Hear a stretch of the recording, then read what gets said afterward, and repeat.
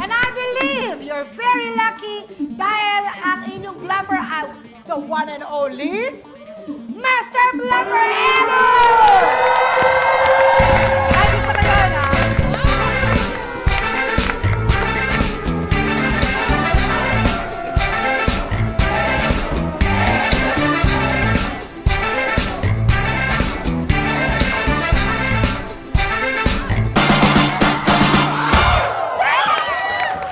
Pero bakit wala na confetti? Diba?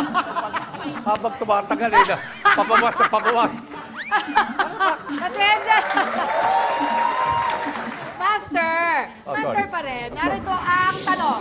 Noong 1300 British, ano ang parusa sa mga chismosa o bungangerang babae?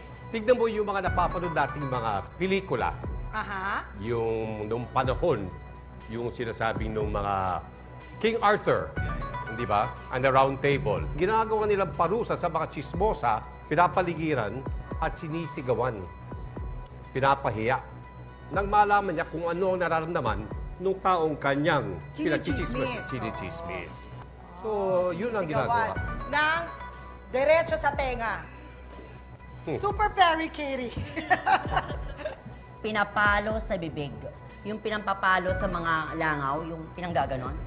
Ah! Oo, yung parang fly swat. Yes. Fly swatter, meron na nun? Parang Yung swatter? 1500? Meron ng fly swatter nun? Ha? Paano ba yung chismosa na yan? Kunyari ako yung kapitbahay. O nagkasalubong tayo, di ba? Ay, naku, Aling Antoinette. Ay! Oo!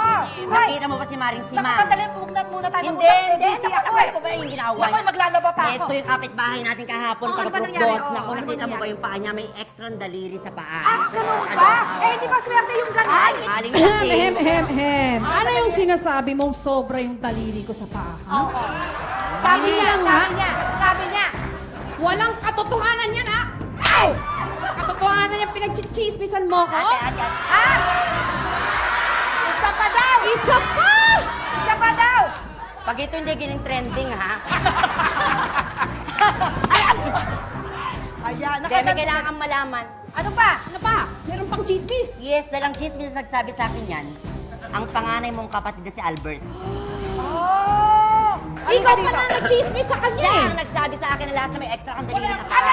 Sandali muna! Gawaran ng parusa. Pala galing ang chismis Oo, eh kung ganun, kung sa kanya pala nang galing. Ay, di, kailangan ko niya kung bumante! Oh, ako na.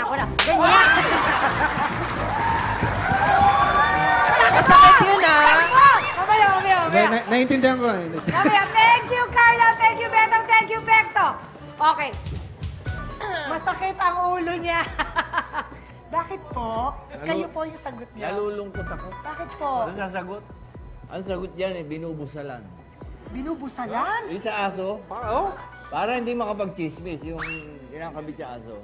Ah, dito sa loob ng bibig. Oo. Hindi na talaga makakapagsalita yun. Maiksi lang, pero yun ang tama. Oh.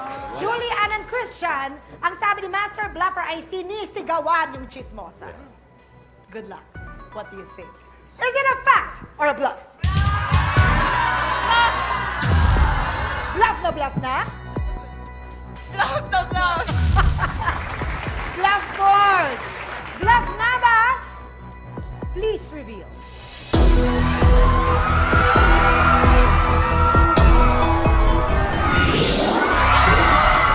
Tama ang alien, nilalagyan ng scold's riddle na gawa sa iron. Tinatakpan nito ang bibig para hindi na siya